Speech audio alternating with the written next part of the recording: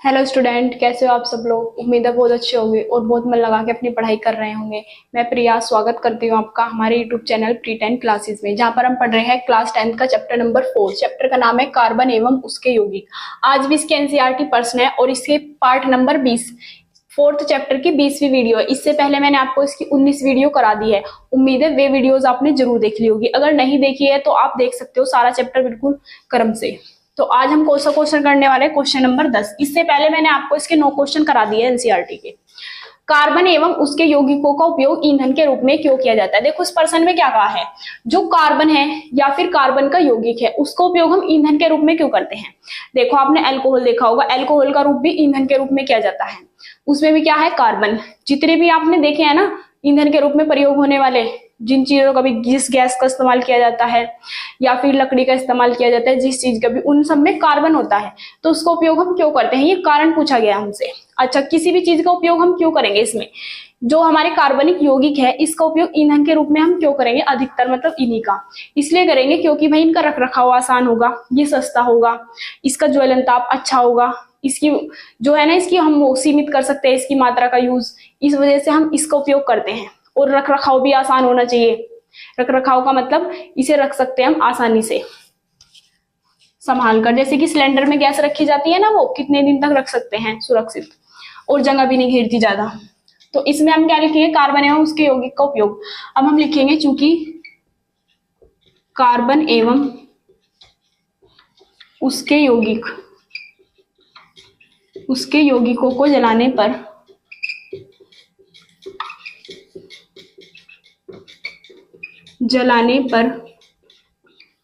अधिक मात्रा में ऊष्मा प्राप्त होती है।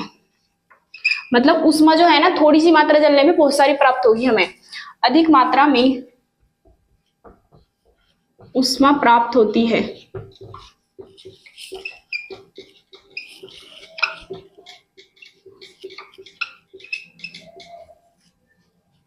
इसका ज्वलन ताप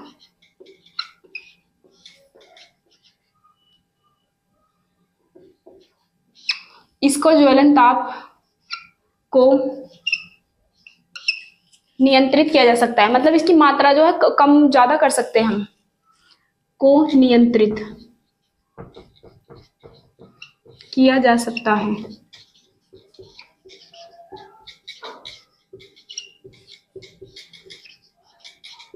इसके ज्वलन ताप को नियंत्रित किया जा सकता है। इसका रखरखाव भी आसान है। इसका रखरखाव मतलब इसे संग्रहित आसानी से किया जा सकता है। रखरखाव भी आसान है। रखरखाव भी आसान है।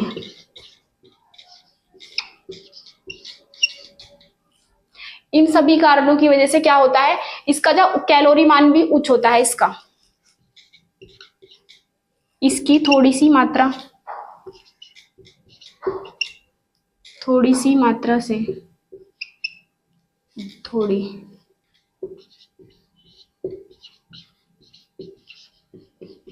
मात्रा से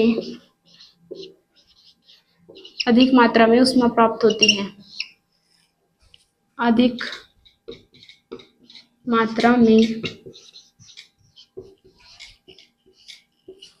ऊष्मा प्राप्त होती है।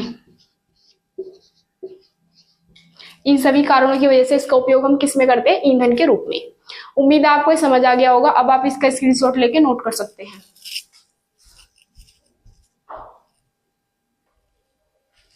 अब हम आगे करने वाले हैं क्वेश्चन नंबर 11। क्वेश्चन नंबर 11 में हमें क्या कहा है, कठोर जल को साबुन में उपचारित करने पर। ये कह रहा है जब कठोर जल को हम किस में बोलते हैं, साबुन में उपचारित करने पर झाग के निर्माण को समझाइए। क्वेश्चन में हमसे पूछा गया है जब कठोर जल किससे अभिक्रिया करता है, साबुन से, तो उसमें जो झाग बनने की प्रक्रिया हमें वो बताना है। जो कठोर जल होता है इसमें किसके लवण होते हैं, मैंने आपको बताया था। जो कठोर जल होता है उसमें कैल्शियम और मैग्नीशियम के लवण पाए जाते हैं। तो इसमें हम लिखेंगे चूंकि कठोर जल में मैग्नीशियम क्या होता है, Mg, मैग्नीशियम तथा कैल्शियम का प्रतीक क्या होता है, Ca। कैल्शियम का प्रतीक है Ca।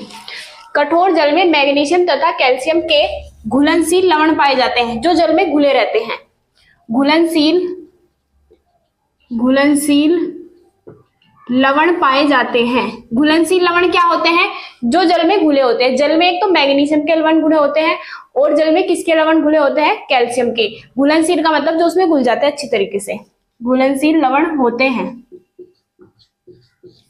ये लवण जब साबुन से क्रिया करते हैं, जब इसमें हम क्या डालेंगे? साबुन, तो इसमें लिखेंगे हम ये लवण जब साबुन से क्रिया करते हैं, साबुन से क्रिया करते हैं,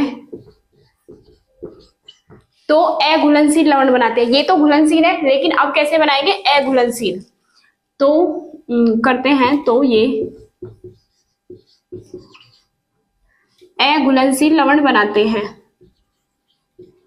अघुलनशील लवण बनाते हैं। ये अघुलनशील लवण क्या होता है? इसका मतलब झाग। ये अघुलनशील लवण, अघुलनशील लवण ही स्कम अथवा झाग कहलाते हैं। अब हम इसकी समीकरण समझेंगे। देखो, जल में क्या है? हमारे कैल्शियम के लवण है Ca2 पॉजिटिव। कैल्शियम के ऊपर कितने प्लस होते हैं? 2। साबुन का सूत्र क्या बताया था मैंने? कठोर जल में पाया जा रहा है इसका लवण, मतलब कैल्शियम पाया गया है। अब हमें साबुन का सूत्र लिखना है C17H35 COO Ne। तो ये क्या करेगा? ये टूटता कैसे है? ये टूटता है, इसके ऊपर तो निगेटिव होता है, इसके ऊपर पॉजिटिव। देखो, अगर इसे तोड़ेंगे तो आयनों में ऐसे टूटेगा, C17H35 COO निगेटिव और Na पॉजिटिव। तो यहाँ से पॉजिटिव हटेगा तो पॉजिटिव ही हटेगा, लेकिन Na के पास कितने पॉजिटिव है? 1, और यहाँ पे 1 निगेटिव। अब हमारे पास समस्या ये है कि हमारे पास कैल्शियम के पास 2 पॉजिटिव है, इस वजह से हमें इसके 2 मोल लेने पड़ेंगे। और क्या बनेगा? C17H35 COO का होल ट्वाइस Ca, मतलब इसके हम 2 मोल लेंगे पूरे और 2 Na निकल जाएंगे अलग, प्लस 2 Na पॉजिटिव। एक Na पे 1 प्लस, दूसरे पे 2 प्लस, तो इसलिए इसके 2 प्लस हो गए। तो ये जो बने ना हमारे, यही क्या है? स्कम अथवा झाग। इसी तरीके से मैग्नीशियम से क्रिया करता है। ये क्या है? हमारा साबुन। जैसे कि मैग्नीशियम के ऊपर कितने प्लस होते हैं? 2। अब ये क्रिया किससे करेगा? साबुन से। साबुन का सूत्र C17H35 COO, Na भी लिख सकते हैं या K भी लिख सकते हैं। तो क्या बनेगा यहाँ पे?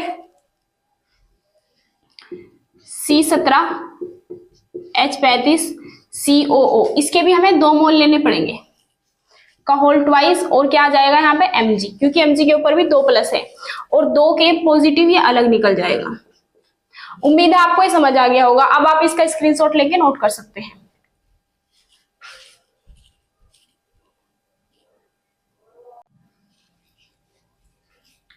अब हम आगे करने वाले हैं क्वेश्चन नंबर 12। क्वेश्चन नंबर 12 में हमें क्या कहा है? यदि आप लिटमस पत्र, आपके पास लिटमस पत्र है, या तो लाल कलर का है या फिर नीले रंग का है, से साबुन की जांच करें तो आपका परीक्षण क्या होगा? क्वेश्चन में हमसे पूछा गया है, आपके पास लिटमस पत्र है, या तो लाल है या फिर नीला, और साबुन दी गई है आपको। तो जब आप साबुन का उससे परीक्षण करोगे तो क्या पता चलेगा आपको? मैंने बताया था जो साबुन होता है, साबुन में क्या पाए जाते हैं? क्षार।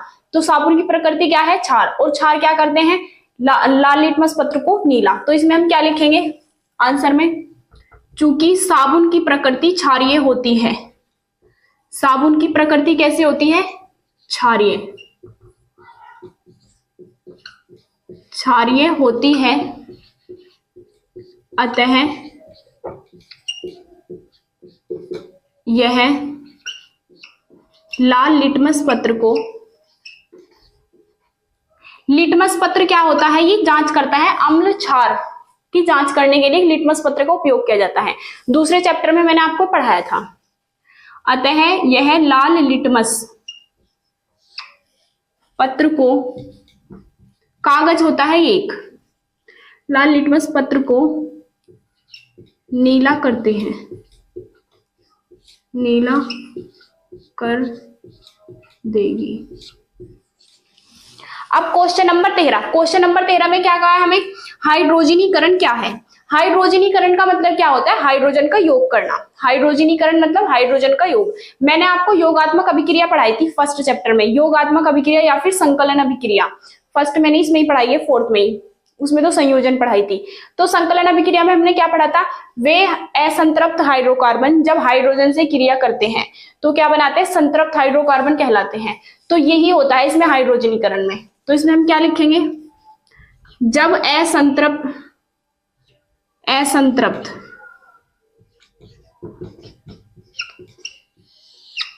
जब छोड़ के ऐसे लिखो, असंतृप्त हाइड्रोकार्बन में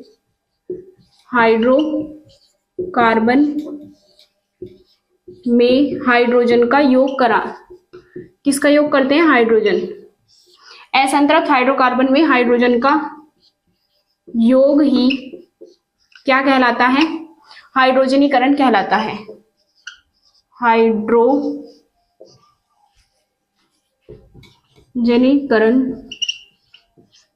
कहलाता है। जो असंतृप्त हाइड्रोकार्बन में हाइड्रोजन का योग होता है यही क्या कहलाता है, हमारा हाइड्रोजनीकरण। लेकिन जो हाइड्रोजनीकरण होता है ये उत्प्रेरक की उपस्थिति में होता है। तो हम लिखेंगे यह क्रिया उत्प्रेरक की उपस्थिति में होती है। उत्प्रेरक क्या होता है, अभिक्रिया के दर को घटा भी सकता है, बढ़ा भी सकता है। तो यहाँ पे तो बढ़ा रहा है इसकी दर को। यह क्रिया उत्प्रेरक की उपस्थिति में होती है। अब देखो, जैसे असंतृप्त हाइड्रोकार्बन क्या बताए थे, कार्बन कार्बन के मध्य या तो डबल बॉन्ड हो या फिर ट्रिपल बॉन्ड हो। असंतृप्त हाइड्रोकार्बन होता है, एक कार्बन ये रहा, एक कार्बन ये रहा, हमने इनके बीच में डबल बॉन्ड लगा दिया, 2H इधर 2H इधर। ये मैंने आपको बनाने सिखा रखा है, क्योंकि कार्बन कितने बॉन्ड बनाता है, 4, 2 तो ये हो गए और 2 हाइड्रोजन कर देगा पूरे। ऐसे इसके 2 तो ये हो गए और 2 ये कर देगा पूरे। अब हम इसकी अभिक्रिया किससे करेंगे, हाइड्रोजन से H2 से। इस अभिक्रिया को हम संकलन अभिक्रिया कहते हैं। किसकी उपस्थिति है, निकिल उत्प्रेरक की उपस्थिति है। अब ये हाइड्रोजन से क्रिया करेंगे तो यहां से बॉन्ड टूट जाएगा, एक हाइड्रोजन इसके पास और एक हाइड्रोजन इसके पास, तो ये बन जाएगा CH3 सिंगल बॉन्ड CH3। ये एक H उसके पास चला गया यहाँ पे। अगर आपको ऐसे नहीं लिखना तो आप ऐसे भी लिख सकते हो, C इधर और H3 इधर। देखो 2 हाइड्रोजन तो थे यहाँ पे, एक हाइड्रोजन और चला गया तो H3C, और डबल बॉन्ड टूट जाएगा क्योंकि कार्बन को 4 ही तो बनाने हैं, 3 इसने हो गए और एक ही हो गया 4। ऐसे इसके 3 हाइड्रोजन और एक ही हो गया 4। तो ये तो क्या है हमारे असंतृप्त हाइड्रोकार्बन, असंतृप्त हाइड्रोकार्बन। और ये वाले क्या है हमारे, जिनमें सिंगल बॉन्ड होते हैं, संतृप्त हाइड्रोकार्बन।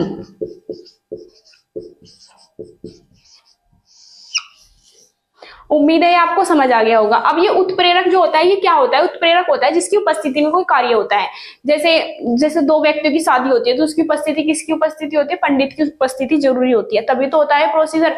या फिर अगर किसी भी तरीके से कोई भी काम ऐसा जो उसकी उपस्थिति के बिना ना हो, इसी तरीके से यहाँ उत्प्रेरक होता है। अगर मैं यहाँ पे इसे ना लिखूं ना तो यह अभिक्रिया नहीं होगी। यहाँ पे तो तुम कर लोगे, लेकिन जब इसे एक्सपेरिमेंट करते हैं ना, प्रयोग, तो होगी नहीं यह अभिक्रिया, क्योंकि यहाँ पे उत्प्रेरक नहीं होगा।